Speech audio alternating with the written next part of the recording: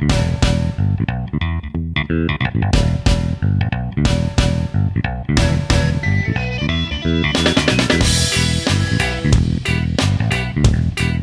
boys and girls, and welcome back to the Carla and Crappy Show. Something that, if my hometown university has its way, we might not be able to say by like the end of this football season. Hi, Carla. Hey, Crappy. How are you?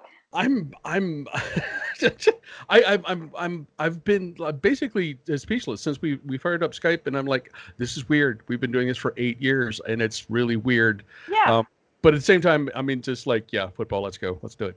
Right. Yeah, that's kind of in the same spot, and it's just it's weird to be like we're here. It's like it's weird that we're here again, but like not weird that we're here. Like it's Right. there's just a lot going on, and like what's more weird is the fact that this is the Ocho. Yes. Maybe we should change the logo. I could throw an 8 up there someplace. I don't know. That would be fun. Okay. We should do that. We should do that. You don't have anything hanging in your house. What are you doing? Oh yeah, so the studio this is one of the last times I'll be in this little quote unquote studio, because in the off season, my husband, because one needs stuff to do in the off season, right? Because and hockey season ended early for all of us, so we bought a house. Okay. So we are in the process of moving because we needed something else to do this fall. So by the next time in episode 2 of season the Ocho, I will be a homeowner, which is crazy and exciting. So and by episode 3, you will be there. Right? So I will change. I think episode 4. I think show 4 is okay. When we make sure because we have to have the internets in the new house. Okay. So I may be still here for week 3, but we'll be in the new digs and figuring out new lighting and all of that fun stuff. Or in week 3, Carla's going to be like taping on her phone while she sits in her car because she won't have any place to live. We're gonna FaceTime for week 4. So and you had some big things happen too. It's been a while, but like we can't joke about the fact that you haven't won a Pulitzer now. I know, and I'm sort of conflicted about that, but because that was a solid joke every spring, and I can't do that anymore. But that was honestly that was very, very cool to get recognized for the work that we did at the Post Gazette. I mean, it's certainly. And it really was everybody. A lot of certain reporters and editors did the bulk of the work, and that's and they deserve most of the credit for this. But it was an effort from everyone to cover that stuff last fall. So yeah, that was a very cool thing. I certainly did not win a Pulitzer for the Carla and Crappy Show, but maybe this year we can raise the level. Now that I know what it takes. Okay. Do they do podcasting awards? I don't know. They do. Yeah. Do they? Yeah. Okay. Yeah. There's the Webbies. Mm-hmm. Okay. I was thinking like if there's a podcasting Pulitzer, do they do Pulitzers for that? No, I don't think they do a Pulitzer. But they do awards. So we'll work on that. Okay. Maybe that's a goal we should have. In the meantime, there is actually football. There is. I'm just like there was beer. There was always beer. And we had beers in person this summer. That's actually we did. Just a few weeks ago, you guys were here and you're drinking from your brand new East End glass. And I am. The unofficial beer sponsors of the Carla and Crappy Show. That's right. And the watermelon goza, right? Seedless watermelon. Yes, that is what I'm drinking. I held one back and waited until our first show so that I could be drinking the unofficial beer of the Carla and Crappy Show in my unofficial beer glass. The glass looks pretty official, actually. The glass is official for East End. It just needs a nice little Carla and Crappy logo, right? Like right here. That'd be awesome. Okay. I'll work on that. Something else we can take care of, but we've got like 18 weeks to do that, so no problem. I believe the traditional thing, especially since there has been a college football playoff, is for us to start the season by picking our Final Four. Even though this is becoming, it's like, everyone knows what the Final Three is, and there's one wild card, right? Pretty much. I don't want to. I love college football, but this is getting old, right? A little bit, yeah. It is. Is that a prompt for me to give you my final four? Am I Um, going first, or you want to I go first? just no, you can go first. Mostly, I was just hoping for more griping because I mean, Clemson, Alabama, Georgia, sure, okay, right, and then the sacrificial lamb in the fourth slot. Right. It is. I'm not super I don't think there's like a crucial need to expand the field to 6 or 8 or to whatever, but maybe that would maybe that would open this up a little bit. It But might. anyhow, right now we have 4. Hmm. I bet you I know who your first 3 are. Yeah, you probably do. But I do want to say something about this because, of Yeah, course, yeah, I've got Clemson and Alabama, but I want to stress that I have Clemson and Alabama in that order, and that's something that's really yeah. kind of a head scratcher right now because a lot of the preseason magazines still had Alabama as number one and Clemson number two, and I've got a beef with that. Hmm. If you look at what both teams lost, the losses between the two are comparable. Hmm. And what they lost to graduation and to the draft. Both teams have great quarterbacks coming back. Both teams have wide receivers coming back. Um, you know, we saw what the two did on the field last year. Yeah. And where Alabama's weaknesses are. And if you're anti-Alabama, particularly speaking to those of you in Auburn, for one, it's Alabama has a real challenge heading into this year on defense. Hmm. And that's not something that we talk about a lot because usually that just reloads, right? That's Hmm. what we talk about this year after year after year. Saban just reloads on defense and everything is fine and dandy. This year there's some real depth concerns, and that's getting worse as the fall rolls on. I mean, they've now lost 2 linebackers that were expected to start. There was just an injury today, right? Yeah, We're yeah. taping this on Wednesday. On Wednesday, yeah, the injury happened yesterday, and Mhm. it came out today that it looks like Okay. Dylan Yeah. Moses is going to be gone for the season. Yeah. And that's the second in a month that they've Mhm. lost. And now there are some real concerns for Alabama at linebacker. Now we'll find out if this is another one of those you just reload situations. It could be, but I it bothers me that Clemson dominated Alabama and dominated Yes. Alabama in the national title game. It like as in it wasn't close. Um, and then for them to be number 2 entering Hmm. the season. Like to me, that just doesn't make any sense at all. They're the reigning national champions. Their losses are comparable. Clemson should be number 1 heading Hmm. into this season. So I've got Clemson 1, Alabama 2. That just kind of gets that off my chest. I feel a little better about that. Like Right. really, people. Like I mean, yes, I get it. Like Alabama, like there's nothing worse than Nick Saban with a vengeance. We know that the revenge of Nick Saban is just always a big thing. But here's the Sure. thing. So everybody's playing that up, right? That Saban played that up this during the out season, and that Alabama's going to come out and avenge for the loss in the national title game. But who has the bigger chip on their shoulder entering the season? Alabama, who got crushed in the national title game, or Clemson, who seemingly gets no respect after winning the national title? Sure. Like, what's worse than Nick Saban with a chip on his shoulder? Maybe Dabo Swinney with a chip on his shoulder. Sure.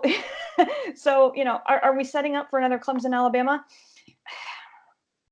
At this point, yes. I don't see another path right now. The one glimmer of hope that we have is Georgia. Hmm.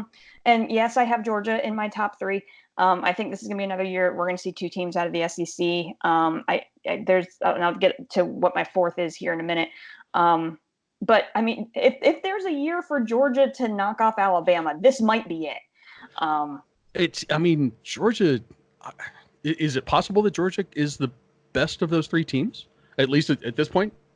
I don't know. I like Clemson a lot still. Yeah. Okay. I really like Trevor Lawrence. I'm Sure. a little bit concerned. Jake Fromm just really needs to settle in at Hmm. quarterback because last year he was kind of that what's going to happen, is Jacob Eason coming in? Like there's a lot going on there. Like he really needs to step up and own this team. I feel like Trevor Lawrence got that advantage last year when Dabo named him the starter and he was the starter. Yeah. And so I think there's just a little bit of a learning curve there, but it might be Clemson, Georgia, Alabama at this point, especially after the losses that Alabama has just suffered in the last month. Okay. So the offensive line is loaded, which is going to face head to head against Alabama might be a game changer. Mhm. We saw how line play made such a big deal in the title game last year. Yeah. I mean, that could be the ticket for Georgia to beat Alabama. So yes, so those are I've got those 3 in. Who's number 4? Some of the preseason mags went Oklahoma, and I get the sexiness of having Oklahoma in the title game because, gosh darn it, who wouldn't love Tua versus Jalen? Yeah. Like, I mean, I want that game. Sure. For storyline purposes and no other reason. And we're going to talk a little bit about Oklahoma later, so I don't want to dive too much into them. But until Oklahoma solves its problems on defense, it's not a playoff contender. Okay. It can win the Big 12. Absolutely. Don't have to have defense to win the Big 12. We've seen that for how many years now? Right. Right? You don't have defense to win the Big 12. You do have to have defense to win a playoff game. Yes. And so for that reason, I think the Pac-12 is just going to be a hot mess again this year. It's going to be entertaining as all heck, but it's like they're just going to beat each other up. Like that's just going to be another one of those things. Yes. And so it comes down to nobody in the ACC is going to challenge Clemson. They're going to run away with that. Big Ten. Right. So I think your Big Ten East champion is team number 4 into the playoff. And as of right now, you're couching this in a way that I'm not going to be pleased with. No, I have Ohio State. Hey. Okay. Because never trust a Harbaugh, right? Not I until maybe you have a reason to. Right. Exactly. And since you've been in Ann Arbor, I don't have one of those. Yeah. Well, and I don't have any faith in Michigan yet. I mean, yeah, they had a nice win. They lost to Florida in a bowl game. And we saw how abysmal Florida was this week. Mm-hmm. Head scratcher. I mean, Shea Patterson has the potential to be a good quarterback there, but like until we see some offense to go along with that Michigan defense, and even this year, there's a few questions because they lost a lot on defense this year. I don't know. Ohio State, I mean, Justin Fields was huge for Ohio State, and then like that reloads your offensive cylinder, and it's just like as long as they can make sure that defense is shored up. Mm-hmm.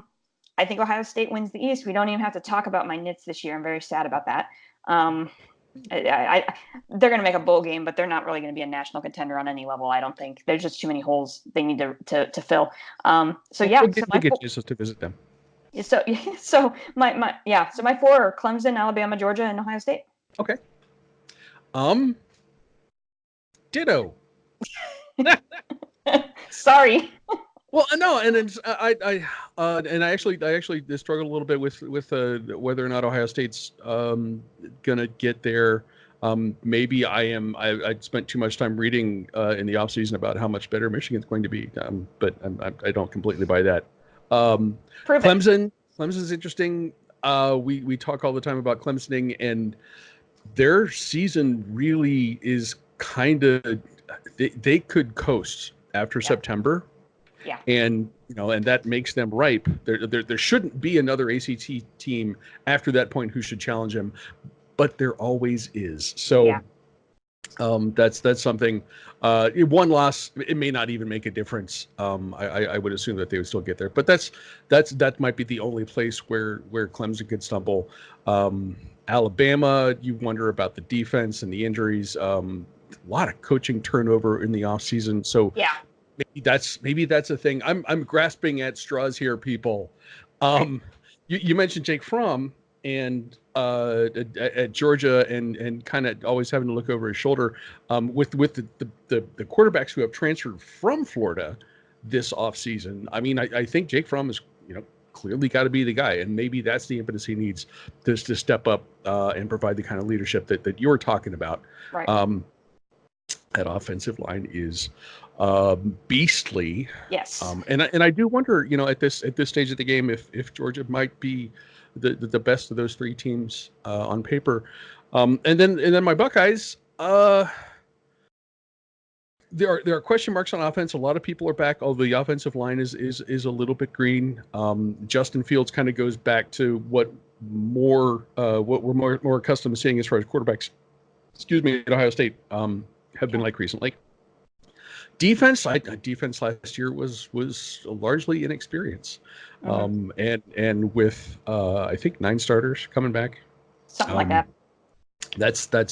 I am fairly confident that's going to be an improved unit. So undefeated, possibly, maybe should be. Ohio State doesn't really have a top tier non-conference opponent this year. That would have been TCU, but they got rid of the home and home schedule in favor of the neutral site game at the Jerry Dome last year. So, well, I mean, we'll obviously we'll have time to talk more about Ohio State during the season as well. But I think that's.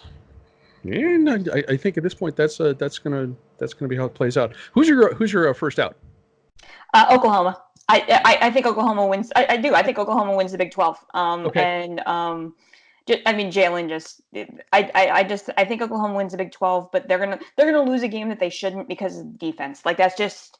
And I don't know which game that is. It might be the Red River rivalry. See, it got it in the first show. It might be the Red River rivalry. I don't know. But there will be a game. Okay. Actually, same for me. Oklahoma, I think, is the first one out. If they are miraculously better on defense, that could be something that gets in the way of Ohio State's production. There's a little transition they have to make from because Jalen Hurts is not like the throw it downfield guy like Baker Mayfield was, like Kyler could be. So right. that's a thing that they have to work out a little bit. But I think offensive production, the sum is going to be about the same for Oklahoma, and just we'll see what happens with their defense. And then there are games. There are actual. I mean, I know there were actually decent games last weekend. A couple of them, but wait to get off to a good start, Pac-12. Yeah, that's going to be entertaining. So, and we'll AJ is actually working on the West Coast this week, but we will get him back in the loop here soon. He was actually talking about just doing all Fun Belt games this year, nothing. But so we might take him up on that. We will see how that goes. And this weekend actually is pretty awesome because there are games. Thursday, Friday, Saturday, full schedule. There's a game on Sunday, Notre Dame at Louisville on Monday.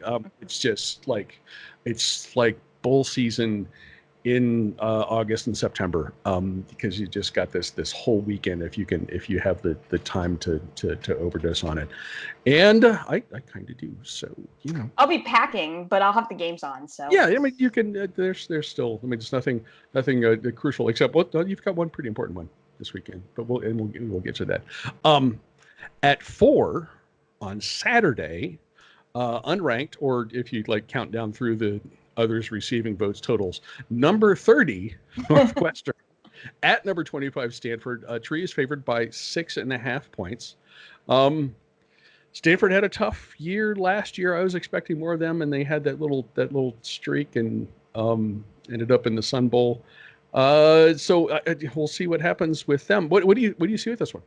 I was pleased to see Tree on our first week because this brings us to will CNC show the Ocho be a return of the Stanford postulate? Because refresh everyone, please. So the Stanford postulate is that the CNC show Stanford postulate. Sorry, I have to use the full name. Is that Stanford will lose games it's supposed to win and win games it's supposed to lose. Right. And games that looks like it's all out there on paper for them that they should win this easily. Those are the games that they somehow miraculously find a way to mess up somehow. And this is a perfect test for that. Because it's a home game. I guess there was Northwestern, really? And then we forget about the fact that Northwestern actually won the Big Ten West last year. Yeah. This was the team that was the head scratcher that, had losses to Duke and Akron, and then in weeks 2 and 3, and then won the Big Ten West. They were actually a good team in conference last year. Mm-hmm. And they picked up a more than a decent quarterback. They were the recipients of Hunter Johnson from Clemson, who put him into that offense with a whole bunch of receivers coming back and Isaiah Bauer back at running back, and you're like, this is maybe we shouldn't be taking Northwestern so lightly here, which I thought was interesting because Clemson, he plays for Northwestern now. Because Stanford's favored in this game, and I get the reason why Stanford's favored. They're playing at home, right? Sure. And it's a long trip out for Northwestern. It's an afternoon game, so it'll be an early kick. on the West Coast. I get that. But Northwestern's got a look on paper has a really, really good team here. They've got a potential for a really good offense here. Their defense is deep. They've got so much depth on defense. Like, there's a lot of teams in the SEC that would like to have Northwestern's depth. Maybe not Northwestern's talent, but Northwestern's depth. Right. On the defensive side of the ball. The thing about Northwestern, though, is that it does not get any easier from here. Did you look at their schedule? I did. I don't remember off the top of my. I know it was not. It was ugly. It's brutal. It's got to be one of the hardest schedules in the country. So they go. I wrote it down. So they go at Stanford. They host UNLV, which is not a cakewalk. Right. Those Mountain West teams can be sneaky. At Sparty, or no, home against Sparty. At Wisconsin. At Nebraska. Home against Ohio State. Home against Iowa. Where's the room to breathe in that schedule? The answer is there isn't. There's none. So Northwestern, has a hefty road again up that it's got to haul here in the opening part of the season. Stanford, on the other hand, KJ Costello is back. But I wrote down here in my notes. But will the tree run game also return? That's a big question. Bryce Love is gone. Headed off out of eligibility. And so that's a big question is, Kevin Shaw likes to run the football, and KJ Costello opened up that offense last year. And they went on a nice little streak there at the end of the season based on KJ Costello's arm because Kevin Love was hurt. But the success to a long, stretching out and enduring success at Stanford has always required running the football. And that's a really big question right now, is whether or not Stanford's going to be able to do that, especially because there's some questions on the offensive line. And so even if KJ can drop back, is he going to have time to throw the football? So there's a lot of questions here about Stanford in that regard. There's questions about Stanford on defense, particularly at linebacker. I know everybody says Stanford's going to win this game, which is exactly why I'm going to pick them to lose this game. I think Northwestern is the better team. And as long as they can get over the road trip and playing on the West Coast and in a different environment, because Stanford's just kind of a crazy place to play. Weird things happen there. More ways than one. So if they can overcome that whole atmosphere thing, I actually think Northwestern wins this game. Okay. The thing that I wrote in my notes is a Rodney Dangerfield in a purple jersey, and that's I mentioned specifically the thing about Northwestern being ranked 30 because I think that's ridiculous, actually. And maybe the AP pollers, and I should make this clear, until there are college playoff rankings later in the season, we use AP rankings, and we're referring to those numbers. Did the AP voters think, well, we already have too many Big Ten teams in the top 25, so we can't put them in two? I mean, they won the West. They have I think a 3 bowl game winning streak. Last year they gave Notre Dame maybe the biggest scare that the Irish had during the regular season. Had Michigan on the ropes at home as well, and now they have Hunter Johnson, who was he's not a Justin Fields guy, but he is a drop back. He will have NFL scouts drooling as we go through this season. And the thing about that, with all the transfers that have happened and the stuff and how that's changes and quarterbacks can play immediately, and you don't know if they've really fit into the offense yet. Hunter Johnson's been there for a year. He did this the old-fashioned way, transferred, sat out a year, so he has been practicing with that team for a full year. So it's not like he's taken his first snaps ever. Pardon me. He has solid receivers. Isaiah Bauer finished last year with a streak of like the last 3 quarters of the season, every game over 100 yards rushing. Pat Fitzgerald's defense, to the surprise of no one, it's solid. I don't know why they're not ranked, but I bet after they beat Stanford this weekend that they will be. So, and that would be correcting a wrong that I saw in some of the preseason polls. But we'll see how that goes. 7:30 p.m. on Saturday. This is the only ranked game we have this weekend, and it could be a lot of fun, or it could be painfully, brutally dull. Number 11 Oregon versus number 16 Auburn at the Jerry Dome. Auburn is favored by 3.5 points. And if you're looking, if these teams haven't scored like 20 by by halftime, you got to think Auburn has a good shot in this one. Yeah, that's a good assessment, and I'm going to blame SEC bias for the Okay. line in this game. Okay. First of all, a neutral site game, like this is one of those neutral site games that you're just like, the atmosphere there is just going to be Yeah. because you're not close to either team. Like at least in when they play in Atlanta, and they have an SEC team there, like that's a little bit more feasible Yeah. for. And I mean Auburn isn't that far from Jerry World, but still, I don't love the location for this game. Auburn's getting some help from the conference that it's playing in this preseason. They've got a lot of hills to climb. The biggest one being that they're going to start a true freshman at quarterback. And That's always fun. Yeah, in the SEC. Why not? Uh-huh. Although, hey, Saban's done it, so why not? And you know, I understand that Bo Nix is the quarterback of the future, but is this the situation that you want to put him in as a true freshman playing on a huge national stage? I mean, I guess you'll find out right away whether or not he's going to be. Yeah, we will know in a hurry. And so he's out there, and then the other thing that's interesting is that that Gus Malzahn is actually calling the plays again. And I caught a segment on the SEC network. Where Gene Chizik brought up a really interesting point. He said, "What happened when Gus Malzahn called plays during the bowl game? Mm-hmm. The Auburn offense put up 63 points.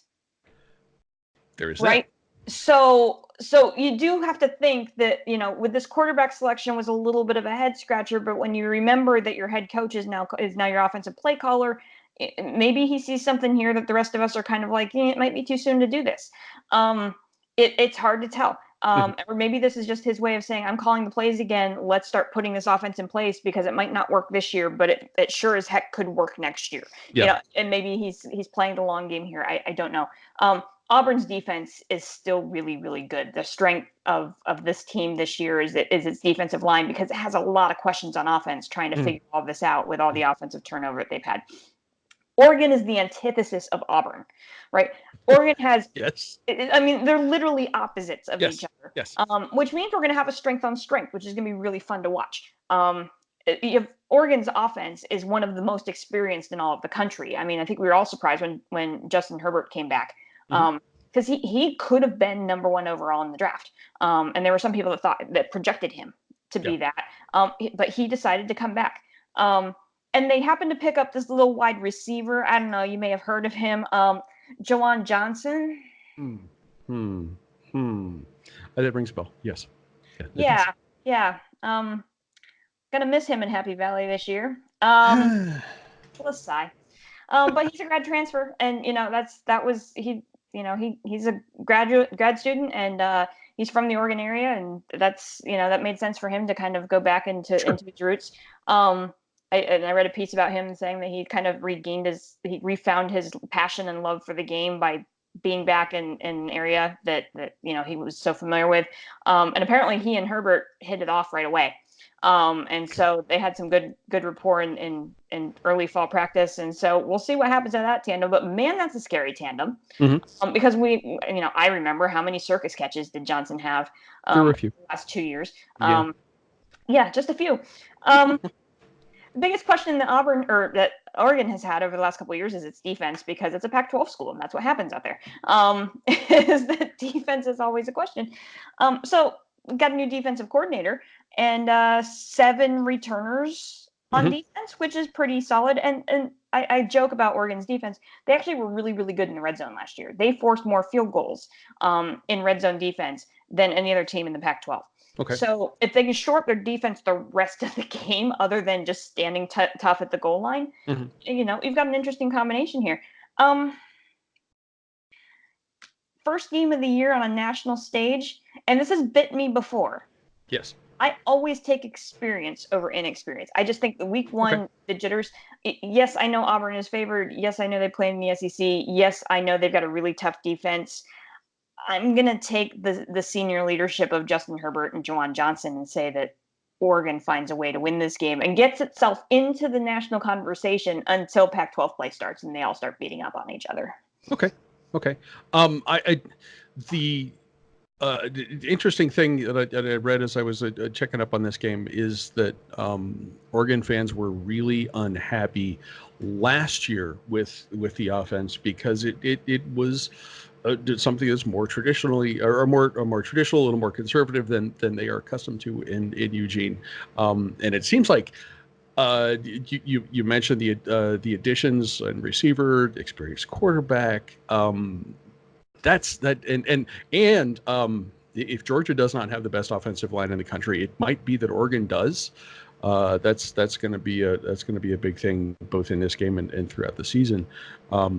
But I think we will see an offense from the Ducks more like the kind of offense we're used to seeing from the Ducks. Right. Even going back to a couple of times when we ran into them, Ohio State ran into them during the Chip Kelly days. If that is the case, and I think you do come down to a thing here where if you're looking for how is this game going to go initially? If there's some scoring early, Auburn's done because I don't think that offense can keep up even against a defense that can be a little bit iffy because Oregon's offense has the potential to be really, really good. If defense wins championships, offense at this point of the season can put on a show on opening day, and I think Oregon wins this one.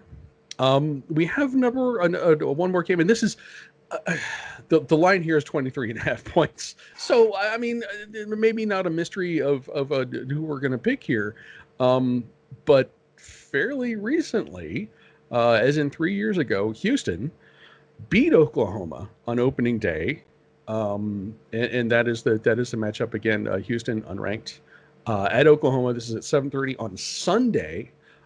As I said, Oklahoma is favored by about 75 points.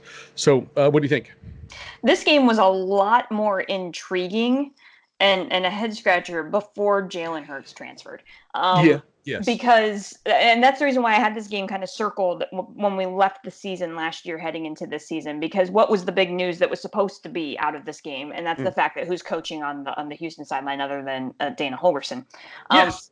Who happens to know a little bit about Oklahoma, Yeah. which that matchup intrigued me. And if you had an Oklahoma team that didn't have a known quantity at quarterback, suddenly this And game they and gets they and they real actually interesting. they didn't They didn't. until they got Jalen Hurts. Right, exactly. So that's why, like, heading into the early spring before the transfer stuff happened, this game intrigued the heck out of me Mhm. because if anybody can figure out a way to beat Oklahoma, it's Holgo. All right, and you've got a coach that likes to play. I mean, how many times did West Virginia have Oklahoma on the ropes? Yeah. And beat them a couple of times that Hmm. they probably shouldn't have. So this game made me really excited. And then Oklahoma went and got Jalen Hurts, and it was like, well, yep, okay, that was fun while it lasted. There you go. Because Oklahoma's going to win this game. Yes. But I mean, as we mentioned, talking about the opening, the Final Four, Oklahoma still has some major problems on defense. Now, they happen to hire a guy that you know a little something about to Uh-huh. help resolve that problem. The guy, one of the best names in college football. Can I tell you how much I love the fact that there's a defensive coordinator named Alex Grinch? Like that's just that makes me so happy. Right. Um, but and here's the thing, like there's a ton of returning starters on defense for Yes. Oklahoma. Is that a good thing? Not sure yet, but give Grinch time. Hmm. Like Yeah. if everybody will just let him, this is a brilliant move by Oklahoma to hire him because what we've been talking about is Oklahoma gets murdered in playoff games Right. because of the lack of defense. So they went out and hired a guy from a school who happens to know in a conference that knows a little bit about playing defense. Yeah. I love this hire. And I think it's a clear move to help elevate Oklahoma's status outside of the Big 12. And if they just give him enough time to build his defense, I think we're going to start seeing the lather, rinse, repeat of Oklahoma on the national stage. I really think there's a possibility there. So this is a great hire. I don't think it's going to help this year because we're working with guys that have been there, and maybe Grinch can help shore it up a bit. It's going to take a couple years to get his system in place, get his players in there. I get that. But I still, I mean, and Houston's got a returning quarterback, which is great. And top receivers, but just that's two different conferences, the quality of talent. This is going to be a shootout. I didn't look to see what the over-under was. Don't care. Take the over. And Oklahoma wins. Okay.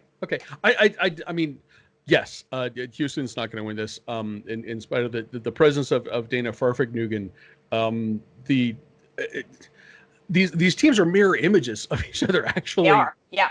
But the mirror team 1 is up here, team 2 is probably down here, and all else being equal, I think that means Oklahoma wins. The other name, and this was obviously familiar with Coach Grinch. ESPN pointed out the hire of Roy Manning from UCLA to serve as Oklahoma's defensive secondary coach, as one of the most important coaching changes in the country this offseason. And that's, I mean, they were Oklahoma were 53rd in the country in I'm sorry, I missed my rankings. 96 in the country in scoring defense. Gave up 300 passing yards per game. And that's there were lots of deficiencies in Oklahoma's offense in the past couple of years, but that one is the one that stands out. So they're saying that's, I mean, defensive coordinator, this position coaching hire, it's being addressed. Right. As you said, it may not be an immediate thing. And given that this has been a persistent issue for a couple of years, you also think it's not an experienced thing. It's just, I mean, these are the guys they have. So you can scheme them and help them out a little bit in that sense. But if those hires help, that is something that you can look for improvement for in Norman in the coming years. But in the short term, Jalen Hurts is a different kind of quarterback than Baker and Kyler Murray. But I think maybe a little bit closer to Kyler in that there's going to be a little more rushing by the quarterback. But I think the offensive production could be about the same as it has been. And if that's like half of what they normally do, I think that's going to be enough to get them past Houston on Sunday. We have a couple games that we want to mention briefly, maybe not so much for the specific results of the game. But well, I mean, I don't want to put words in your mouth. I think both on Saturday, your employer, yes, Middle Tennessee State University, is visiting Michigan. The Michigan's favored by 34. Okay, that's fine. But you said you wanted to make sure we had a chance to talk about this one a little bit. Just briefly, because I mean, I think this is one of the times during the year that we can both firmly say that we are Blue Raiders fans. Yes. In this game. I wish the team a lot of luck heading up to Ann Arbor. This is also going to be the first time in approximately 37 years since somebody not named Stockstill is the quarterback at MTSU. Okay, how's that going to go? I think it's going to be a long afternoon for my Blue Raiders, but hey, we're pulling for you. We're gonna. I would love nothing more than an MTSU win in this game, but that's that. We were talking about hills to climb. Yeah, that might be, I don't know, Mount Everest to climb. It's probably gonna be a long afternoon. But what Appalachian the heck? State. That's all I'm saying. Appalachian State. Yep. Yeah. Go Blue Raiders.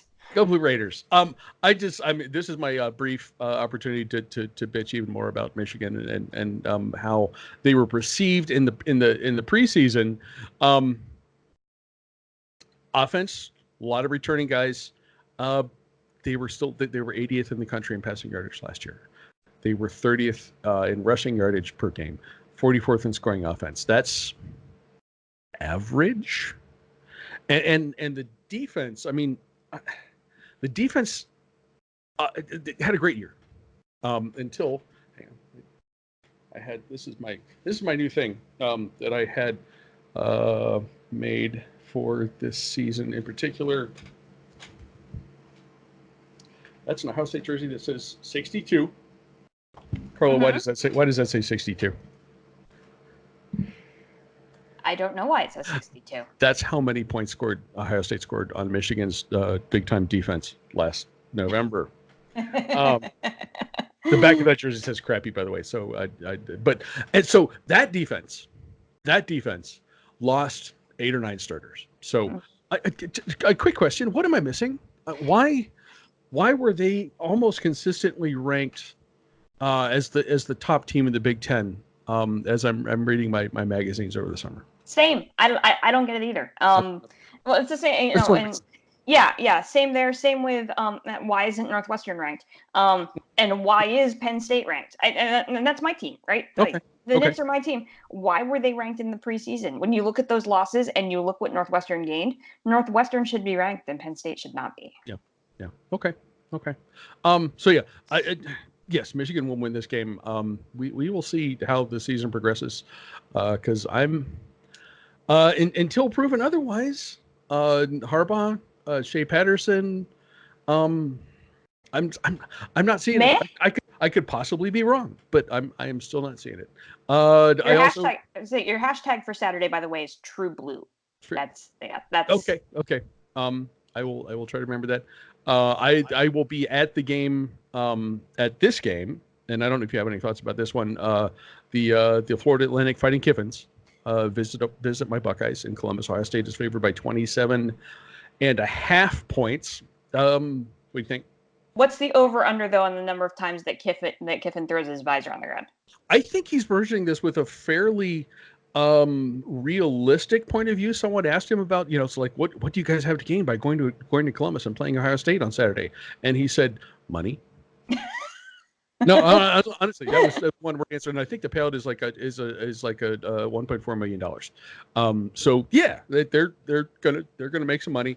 Who knows? I'm hoping for some Harbaugh-esque histrionics on the part of Lane Kiffin at some point. Who knows if that'll happen? It's interesting. We mentioned Michigan having to replace so many people on its defense.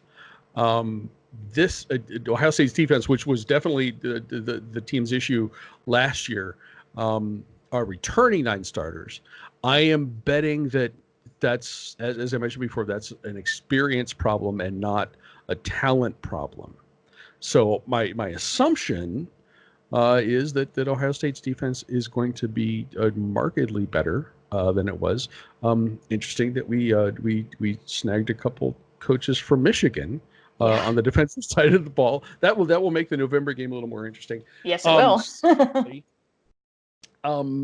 Offensive line has to grow up quickly because they're very good but very green. These are young guys generally.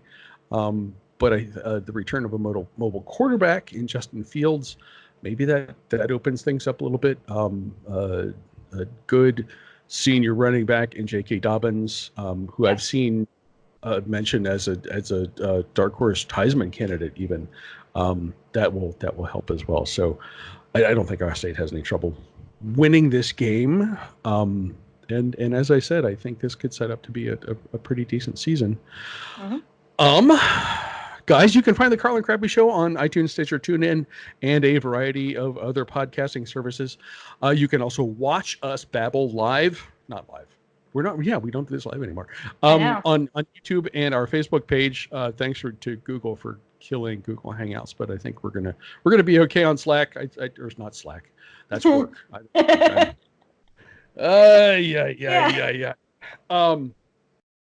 If you dig the show, please rate it and review it. If you don't, mind your own damn business. And as always, come back next week to find out exactly how wrong we were, because that, especially me, that happens a lot. Carla, any final thoughts as we get ready to kick off the Ocho? Well, the Ocho, yeah. So I dug out my shirt. It actually, yes. I have to stand up and say it says Saturdays are for football. I like it. Yeah. So I am ready for college football season, even if it is still almost 90 degrees here in Nashville. One final word. So Georgia, who we've talked a lot about, comes to town this weekend to play Vanderbilt. I'm so sorry, Vandy. I mean, they know what's going to happen. Anchor's going to go way down. Oh yeah, I know. I am stoked, and I will tell you right now, one game that we're going to talk about next week, that has zero top 25 connotations, is the game that I'm going to be attending, and that is my Ohio University Bobcats visiting the Pitt Panthers. So that's, Carla, I'm just telling you right now, be prepared. Break that down. 20-minute full deal. Okay. We're gonna do it. That's my homework assignment. Okay, got it. Writing it down. Maybe not 20 minutes, but Ohio Bobcats. The happy Bobcats. That's Bobcats. Happy action, everybody. Yes. And guys, thank you for joining us. It is really cool to say that we're starting our 8th season. And also we're old. Like, how did that happen? Carla, I've been old for a while. You're just catching up. That's catching up. That's the only thing. That's the only thing. Join us next week. Enjoy the game. Enjoy mini bowl season this weekend, all 5 days of it, or whatever it is. And we will be back here next week. Happy football, everyone. Carla? Yep. Cheers. Happy football. Talk to you later, guys.